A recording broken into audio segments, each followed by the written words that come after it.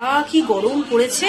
আর বরমাসে আজকে ভাত খেয়ে যাবে না, বললো মুন আমি ভাত খেয়ে কাজে যাব না, কারণ আমার ভাত খেয়ে না এই গরমের মধ্যে যেতে খুব কষ্ট হয়, আমি রেস্টুরেন্টে খেয়ে নেবো। তো চলো বরমাসাইকে তাহলে একটা জিনিস বানিয়েই খাওয়াই। বন্ধুরা এখানে গ্লাসে আমি ছাতু দিচ্ছি।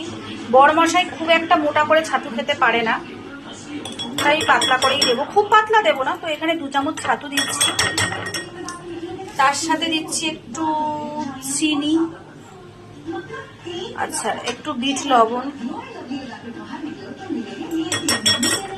আর এইখানে নয় পাতি লেবু নয় কাগজি লেবু, আমার কাছে পাতি লেবু নেই তাই আমি কিন্তু কাগজি লেবুটাই দিচ্ছি।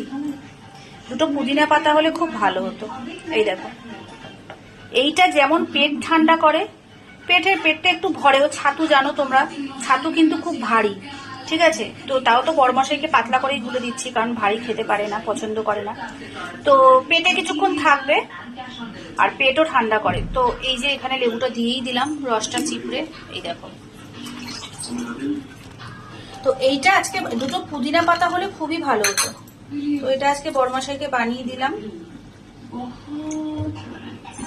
পেটটাও ঠান্ডা থাকবে, পেটটা ভরবেও, আর খেতেও কিন্তু অসাধারণ লাগে। 2টো পুদিনা পাতা দিয়ে দিলে না হেভি লাগতো খেতে।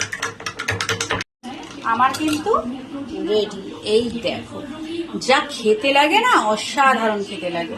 তো তোমরা বানিয়ে খেও, এটা কিন্তু মানে খুব ভালো, এই গরমে খুব ভালো। পেট তো ঠান্ডা রাখেই, ছাতু তো এমনিতেই ঠান্ডা, তার মধ্যে যেহেতু এখানে বিট নুন আছে, লেবু আছে, নুন আছে, তো খেয়ে দেখতে পারো, ঠিক আছে। তো চলো টাটা, বড়মাসিকে এটা দিয়ে আসি।